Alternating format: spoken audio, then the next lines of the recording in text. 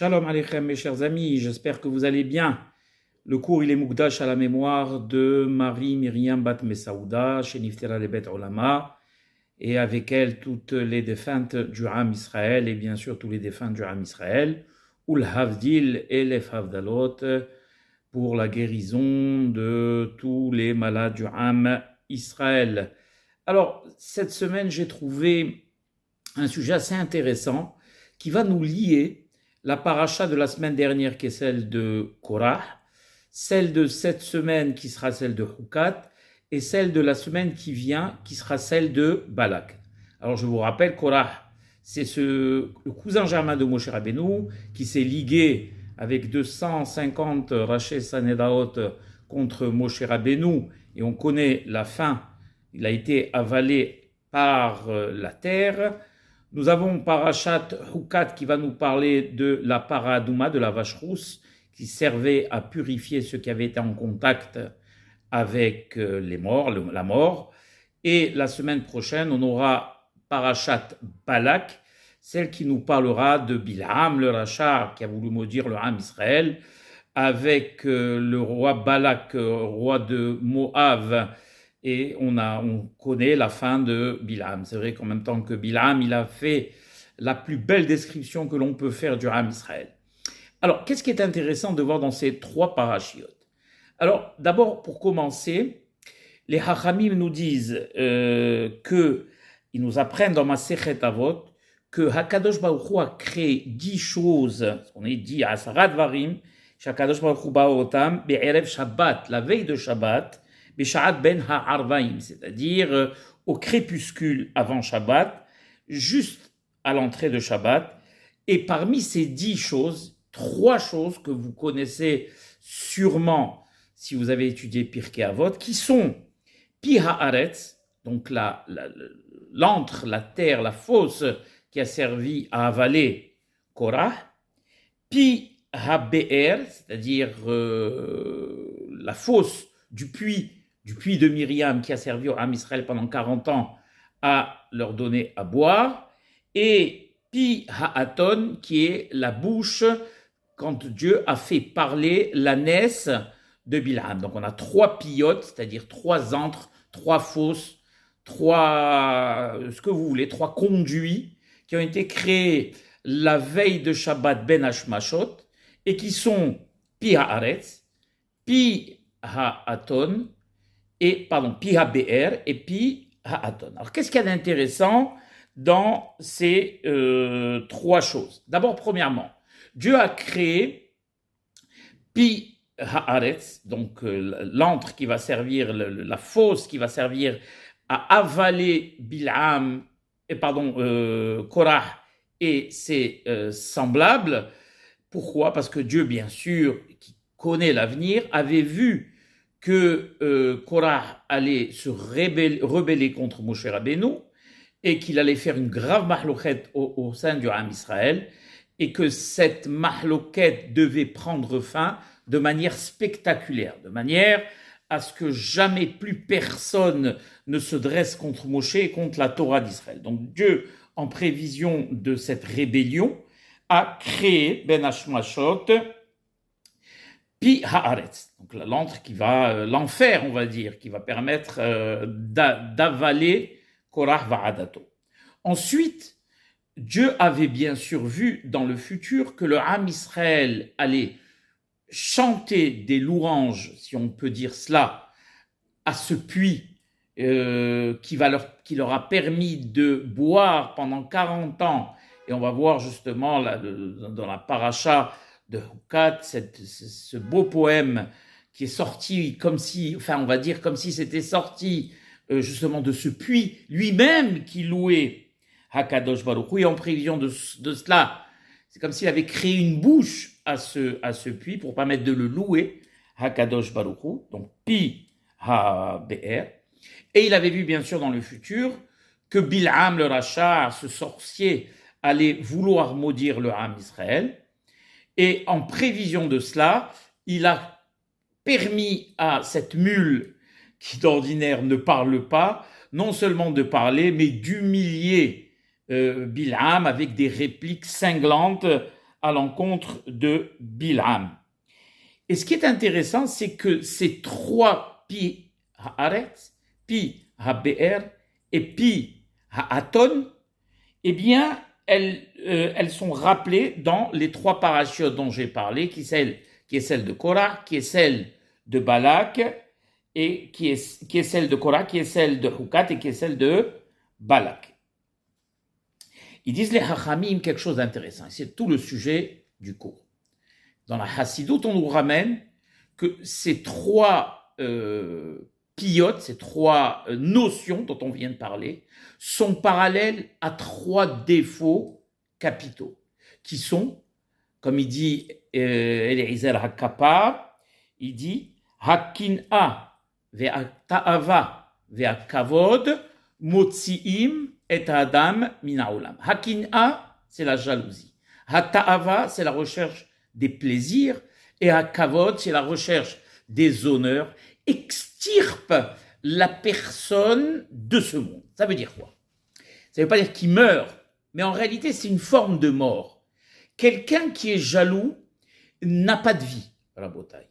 Parce que quoi qu'on lui donne et quoi qu'il obtienne, il cherchera toujours à regarder ce que fait le voisin et ce qu'a obtenu le voisin. Et tant qu'il n'aura pas obtenu la même chose, il sera rongé et malade. Et quand il aura obtenu la même chose, il cherchera encore un autre vis-à-vis et ainsi de suite. Et sa vie sera béhémet un enfer. Il n'y aura jamais de tranquillité, il n'y aura jamais de satisfaction, rien du tout. Hata'ava, c'est celui qui recherche les plaisirs. C'est quoi la recherche des plaisirs? C'est, si vous voulez, rechercher toujours une excitation différente. Quelque chose qui nous vous savez, il y en a qui trouvent le plaisir dans le jeu, jouer, flamber. Il y en a qui trouvent du plaisir à la recherche, des femmes, toujours avoir une nouvelle femme. Il y en a qui trouvent leur plaisir dans le travail à outrance, gagner de l'argent sans arrêt. Il y en a qui trouvent leur plaisir dans la nourriture. Et, en réalité, chercher les plaisirs, la ta'ava, sans limite.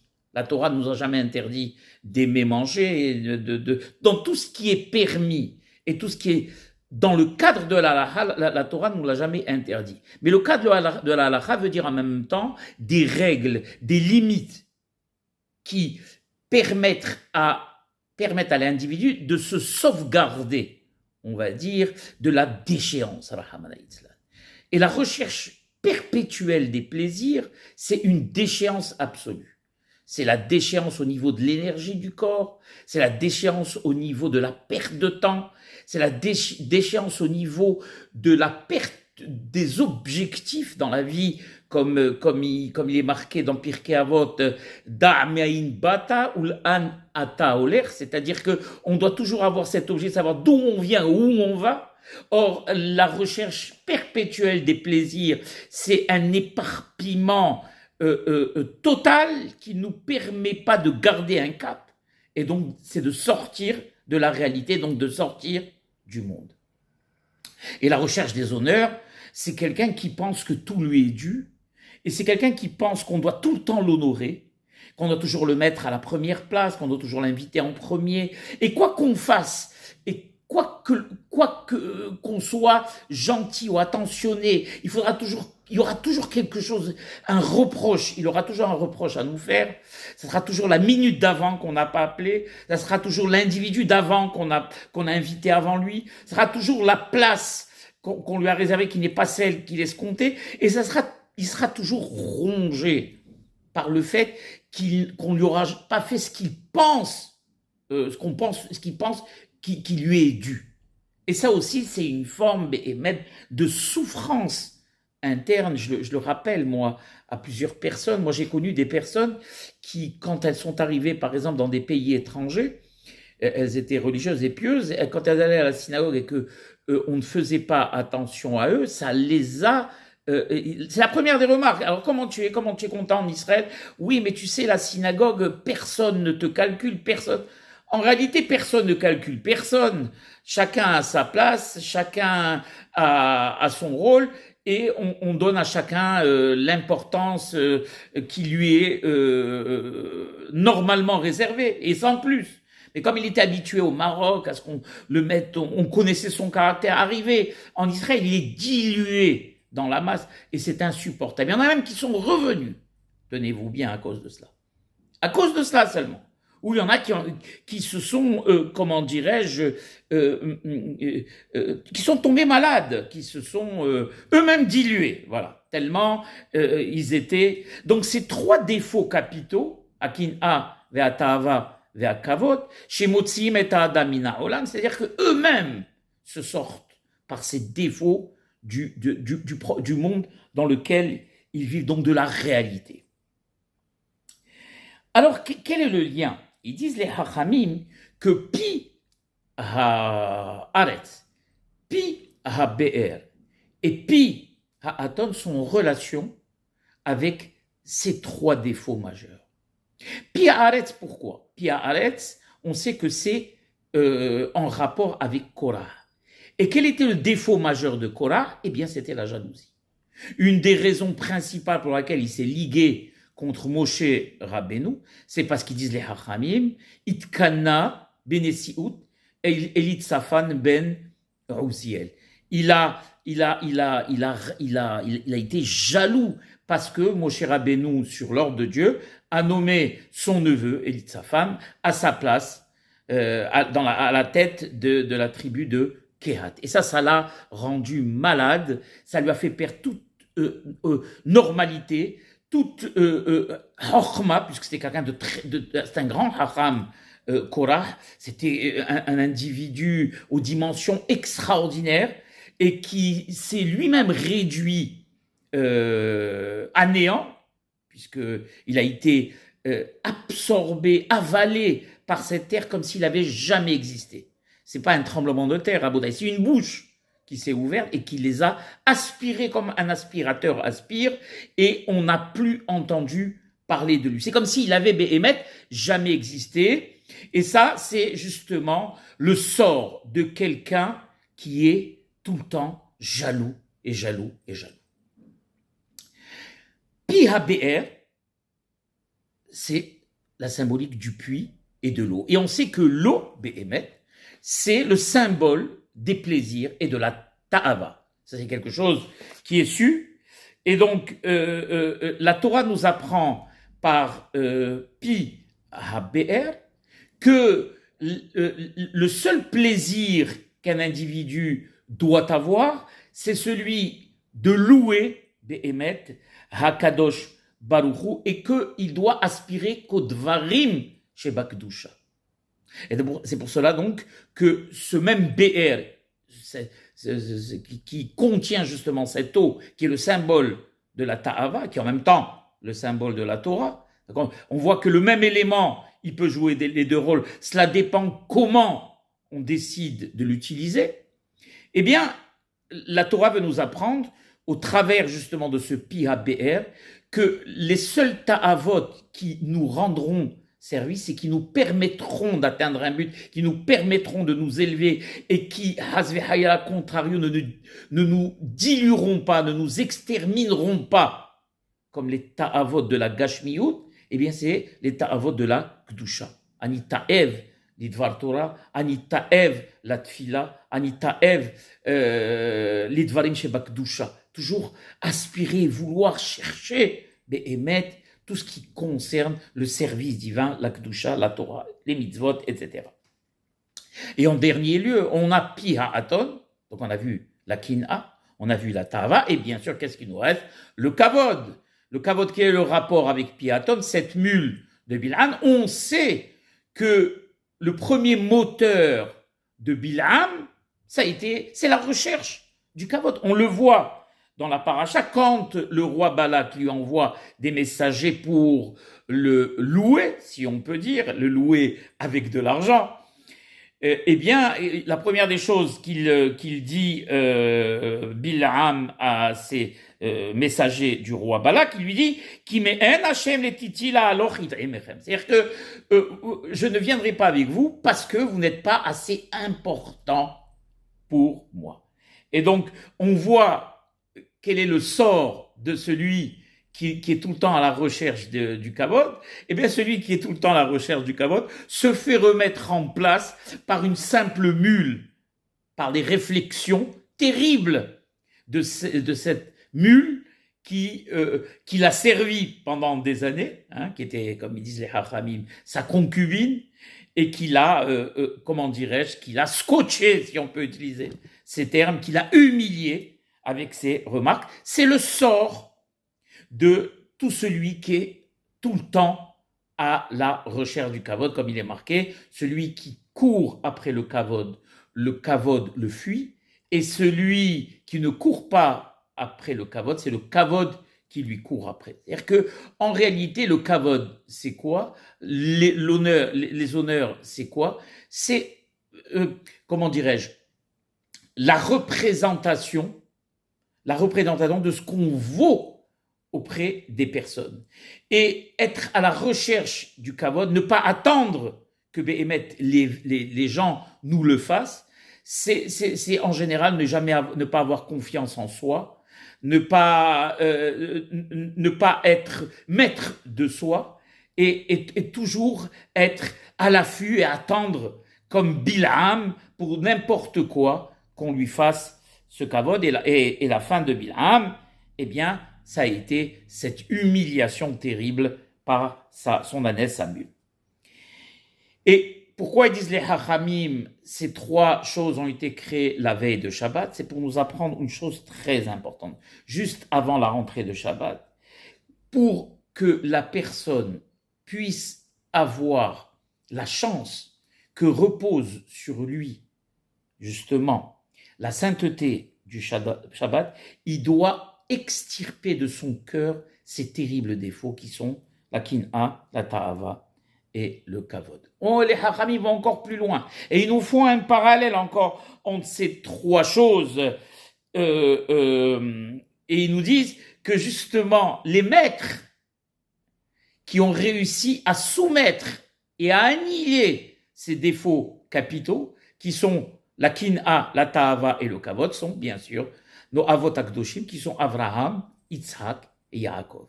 Abraham, qu'on connaît, qui est Aïn Tova. C'est quoi Aïn Tova? Quelqu'un de généreux, faire le bien. On sait qu'Abraham, toute sa vie, d'ailleurs c'est marqué dans Pirkei Avot, tous ceux qui sont les élèves de Abraham Avinu, c'est Aïn Tova, Ruach, Shefela, etc., etc. Et ceux qui sont les talmidim de Bilham, c'est Aïn Ra'a, etc., etc. Donc Abraham, qui est la symbolique du bon œil, si on peut dire, de la générosité, chasse, soumet le défaut de la mesquinerie, qui est celui de la kinha. Et qu'est-ce qu'il a fait Abraham toute sa vie? Abraham a donné à manger, a reçu les personnes sans distinction de race, de religion, d'appartenance. Il les a tous reçus avec générosité. Il leur a donné à manger, à boire. Il leur a permis de dormir, etc. Vaïta Eshel, qui sont les Rachetevot, tout le monde le sait, de Achilash Tiyave, Lina, tout ça, tout le monde le sait. Et on sait aussi également que Abraham symbolise la fête de Pessah. On le sait du Passouk quand il a dit à Sarah, son épouse, Lushiva Asirugot. En même temps, Pessah, eh bien, c'est la fête de la solidarité.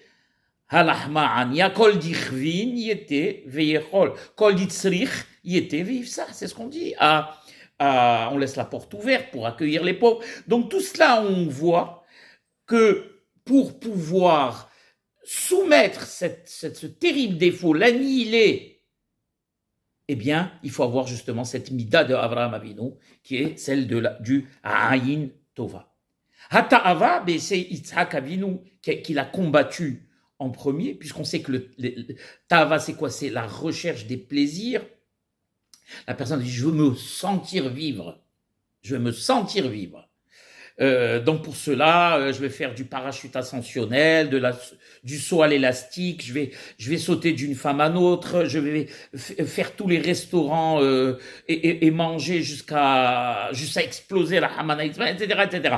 Je vais me vautrer dans la luxure et le péché pour me sentir vivre. Eh bien, ils disent les Hachamim que la plus grande des ta'ava, c'est quoi? C'est vouloir vivre. Vouloir vivre dans le bon sens dans le mauvais sens du terme, c'est justement être esclave de ses plaisirs charnels, mais dans le beau sens du terme, c'est vouloir vivre pour servir l'Éternel par la Torah et les mitzvot.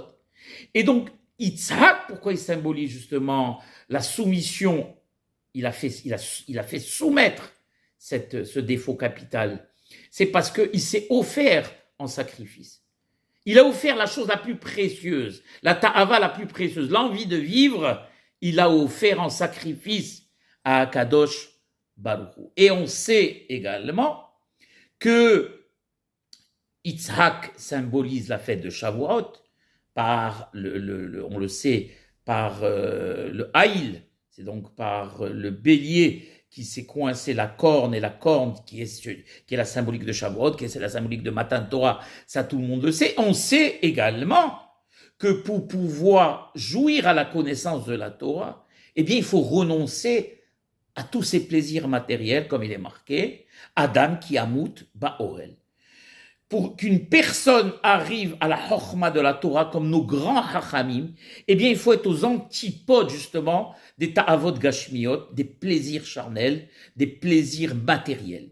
Et renoncer à tout cela, car c'est complètement antagoniste à l'étude de la Torah. Et c'est ce qu'a fait Yitzhak Avinu. Il va nous rester donc Hakavod, et on sait que Hakavod, la symbolique, celui qui a soumis le Kavod, et qui était quelqu'un d'une extrême modestie, c'est bien sûr Yaakov Avinu alav shalom qui avait dit à Kadosh Baruch Hu, d'ailleurs, Katonti mikol hasidim vaemet, justement la différence de Bilham qui pensait que tout, Amavdil qui pensait que tout lui était dû, quelqu'un qui recherche les kavod, c'est quelqu'un qui pense que tout lui est dû et que quand on lui offre quelque chose, c'est pas assez, et c'est normal qu'on le lui offre.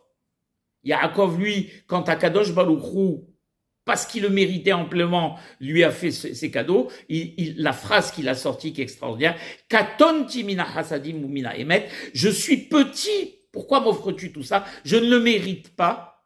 Et donc c'est pour cela que Yaakov Avinu, alav shalom, il représente l'antithèse de cette mida de la recherche du kavod qui est bien sûr la hanava, la modestie, et en même temps la fête de Sukkot, on le sait.